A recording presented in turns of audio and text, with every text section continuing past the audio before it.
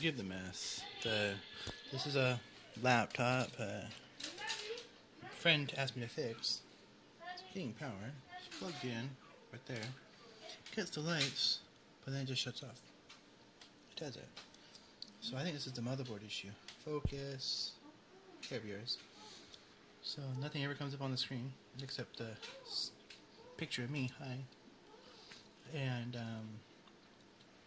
so I'm gonna take it apart and try to fix it. Yeah, for the poor lighting, but I wanted to show you guys something real quick. These little, over here. These little standoffs are tricky to get out. I got that one out real quick. These ones right here are pressed in. These ones right here are like a hex nut. They're hard to get at. There's no real room, but what I wanted to show was that if you put a screw in there,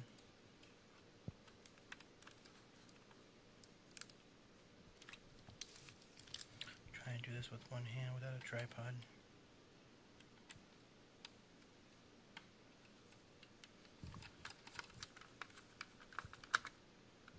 Get in there nice and tight, and then you just loosen this up just a smidge. Just take it right out. That's the easy, lazy man way of getting it out. That's what's holding the motherboard down to the case. So, and what I do here is I get that screw and I put it on top of the hard drive so I don't forget which screw goes where. Same thing with the ones by the battery. I put them all on top of the battery and the CD-ROM and etc. So that's kind of how I do things, and I'll show you guys the next trick. I've not taken this particular one apart before. This is a 6500 or 6700 or something like that.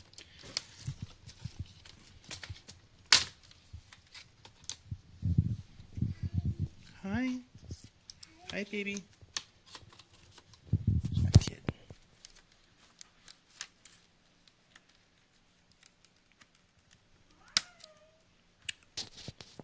Focus, you get, there we go. Yeah, you have to get off these right here. These just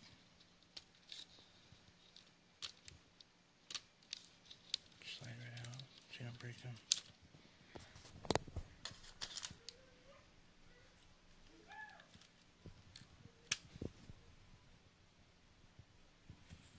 The lighting in this room is so bad. I'm sorry about that, guys. Silly orange light. It gives the camera a really hard time to focus. If I was in the kitchen over there with LED lights, oh my gosh, the color's beautiful. But over here, just working with that orange light and incandescent.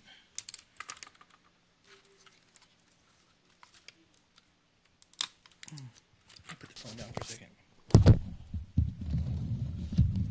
Oh, that's the tool I'm going to use to fix the motherboard here.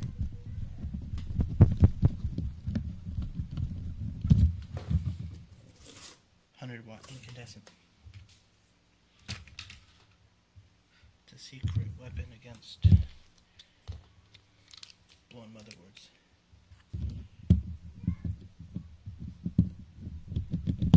Come on, silly wire connector, come out of there. I've had these break on me because they're very stubborn. There's wire connectors in here. There we go.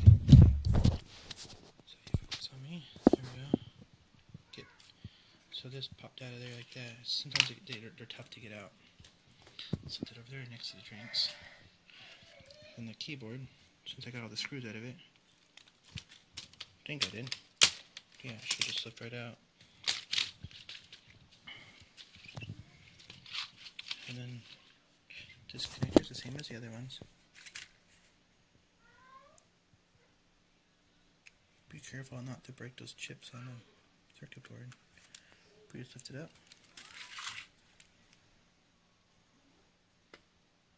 I'll focus you.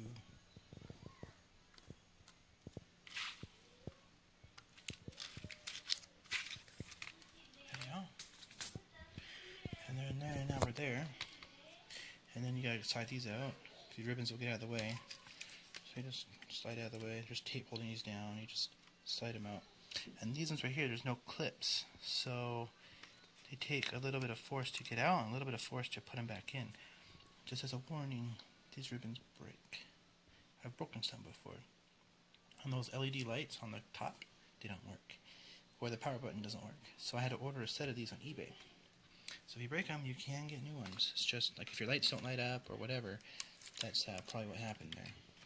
And what I'm going to do here as a precaution, I'm going to take the screen off.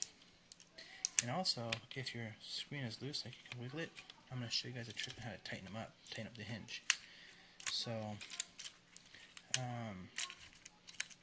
HPs are the easiest ones in the world to take apart. Dells I don't like doing. Toshibas are, depends on which manufacturer seems to be Toshiba. If it's a genuine Toshiba, I don't like taking it apart. If it's like one of those knockoffs that Toshiba uses to put them together, those ones are usually easier. But yeah, I'm gonna lay on here. You gotta get the wires out. And this one's rather easy because there's no webcam on this model. So if you had a webcam, like this one has no webcam up here, but it does have the microphones. But the ribbon for the USB connector, it plugs in right here. Over here, that little 5-pin focus U, it plugs in right over here. So the ribbon would come out here and go through here also, and then come to the 4-pin connector. And these wires are from the wireless connector. You just want to slide these out. You know, get rid of the tape. Get all this out. Get it up so it's right at the hinge. There we go. So it's right at the hinge. It's ready to be taken off. Same thing here. I'm going to take the screen off, so make sure everything's disconnected. And then take the 2 screws out here, 2 screws out there, and the screen lifts right off. So, hold on. Okay, so I got the screen off, and I lied, it was just the black screw you need to get off, not the white one. And this bezel right here needs to pop off, but over here, there's one screw right over here we need to get off.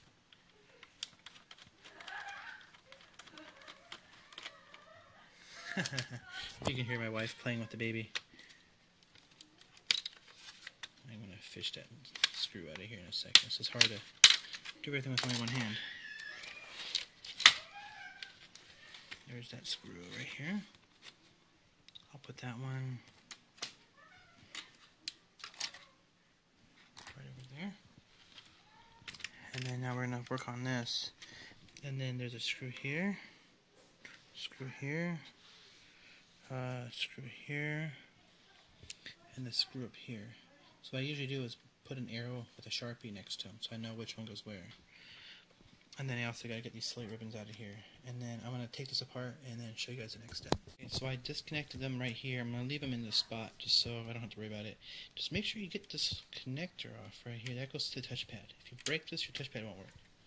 So it should just pop right off once that's done. There's the motherboard. There's the back end of this. Set this on the ground.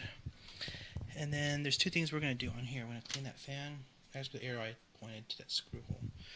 And then I'm also going to do the roasting the motherboard to fix this one. But there's 2 things. Okay, there's 1 screw here. And I think on this one there's 2 screws. There's 1 in there. And then I think the other one was here, but I took it off already on the previous step. And what we got to do is, these are the USB and power, and they plug in underneath here, and it's, you have to get a little bit creative on how to unplug it, because you got to get this out, lift at the motherboard just so you can disconnect those 2 wires. And the same thing here, that bundle of wires goes underneath and it plugs in this way, so you have to lift the motherboard up just enough to disconnect it. And then you also got to get the silly card reader out, because this is holding the motherboard down. So you get that the PCMCI Express card thing disconnected, and then this disconnects. So I'm going to do all that real quick and then show you guys the motherboard removing it. And this, oh yeah, this model has that stupid expansion slot here. and there's 2 slotted screws. Focus. Yeah, there's 1 slotted screw here, and 1 slotted screw here. You have to get those 2 out. So, and don't lose them, because if you ever use, for some reason, that expansion slot, when you plug it in, the connector holds on to those screws. So if you lose those screws, there's nothing holding on that connector. The motherboard out, and as you can see, it looks like there's a lot of chips missing. That's a graphics processor. Come on, focus you. That's for a GPU, and then the memory for it, if this one had the discrete graphics. It does not, so it has a shared graphics. This chip is the one we're going to roast. So the red epoxy, you don't want to mess with that just yet. There's 2 ways of fixing this. There's the quickie fix, and then there's the right fix. We're going to do the quickie one right now. What that is, we're going to roast the bottom of that chip, but we got to get the heatsink off, which is fine because we need to clean that fan anyways. You should be able to see light through that heatsink. Come on, focus here. You see no light through it. Oh, it's plugged. I'll show you that later. So you roast the back side of this board, and I'm going to show you how to do that right. But if this one had the discrete memory, the discrete graphics, you don't have this problem. Only the ones with this one. And so let me take the fan apart, and I'll show you. And I'll take it off the CPU, and I'll show you guys how to do all that. These, you always have 4 screws. There's 1, 2, 3. This one I already took apart. So the 4th one's usually on the side somewhere, right there. There's a 4 screw hole. When you open it, this one's actually not that bad. Even though it's completely plugged, it's not bad. I've seen some that were completely plugged to where there's that much lint piled all the way up in here, to where the fan can barely even move. And also, as a word of precaution, taking this thing apart, you have to be careful. But number 1, most important thing when you put something together, don't forget to plug in this fan. I've done that once. The worst mistake in the world. So yeah, I'm going to go blow that out. The permanent fix is to desolder that chip and put a different one on. Because this thing won't focus, or I would show you, but the code on that is a 2008. You want a 2009, preferably a 2010 or newer chip on there. And they don't have that particular issue. So, well, I'm just going to clean this. I've had good luck soaking these in acetone and getting a toothbrush and getting off that black paint so that it's real copper underneath, or aluminum. And it'll dissipate the heat 100 times better. But right now, I'm just going to, this is a quickie job, so I'm just going to roast that chip. Focus, stupid thing. I hate this incandescent light. And I'm going to roast that chip from underneath, clean that fan, and then replace the thermal compound underneath here. And some people say use a copper shim, but what is that big huge chunk right there? That looks like copper to me. So it does not need a copper shim. So it just needs a that fan to be cleaned out right over here, and it needs that chip to be roasted, and then it should work good for another 6 months or so, and then it'll happen again. But that'll give the guy time to use a laptop and decide on if he wants to spend the $30 on that chip, and like about $100 of my time to unsolder that, clean it up, stencil the new one, you know, put the BGA balls back on there. That's what all these hundreds of little balls are. I gotta put that underneath the chip and put the chip on there, and then re-epoxy it. So that's what I gotta do, which is not a big deal. And the chip on this one is a TL60, so that's not bad. This will go up to a TL64, but yeah, TL60 is not that bad. It's a 2 gigahertz dual core, not bad. I moved into the kitchen, set my timer for 10 minutes. Here's the motherboard. The camera's focusing perfectly because it likes LED light. LED light's pure white. There's no yuckiness. So there's a lot of tutorials on YouTube on how to do this. I'm doing it on the stove because where else is more appropriate to roast something than in the kitchen or on a barbecue. So that's the back end of the board. The chip is right there. So I have handy dandy little heat shield that'll. Oh, I lost where I'm supposed to do this. Oh no, this has plastic on it, protective plastic. So if you try to do this, it'll burn on you.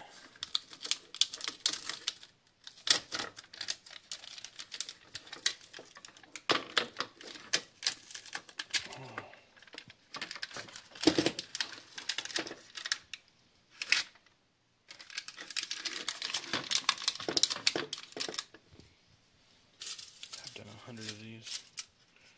And it goes right there, just perfectly, like that. And then what we're going to do, and this is actually a piece of cardboard. I've used it a couple times with foil. Goes right there. And you want to do it for about 10 minutes. And 10 minutes total. I usually stop when, this might sound a little weird, but it sometimes it starts to smoke. And when it starts to smoke, I turn on my fan. You can't read that, but it says F-A-N. Focus, there you are. Turn on the fan. So that way it takes the smoke away. But when it starts to smoke, I usually unplug it from the outlet or switch it off with a surge protector or whatever to turn off the light and wait for the smoke to stop, and then I turn it back on and let it continue. And the total time is 10 minutes, so I don't roast it for 10 minutes. I just turn it on and off, on and off, on and off for 10 minutes. And I turn it off when it starts to smoke, and as soon as the smoke stops, that's when I turn it back on. So there's my thingy-majigger, and I'm gonna go plug, oh, my dirty sink, sorry, and, whoa, forgot something, aluminum foil. What else is more appropriate? Put that over the light bulb. It's like the Easy Bake Oven. Let's just click start right now. There we go. I'll go over here real quick and plug it in. There he is. It's on. She's roasting. And a couple minutes we'll have some brownies and some cupcakes or something. Hopefully a working laptop. So I'm going to pause this because I know you guys don't want to wait for 9 minutes and 37 seconds for this to finish. Because everybody these days has a short attention span, including me. So let me pause it. I had to turn it off because my baby and my wife were over there. And I had to turn this off because they said it was stinking up the room.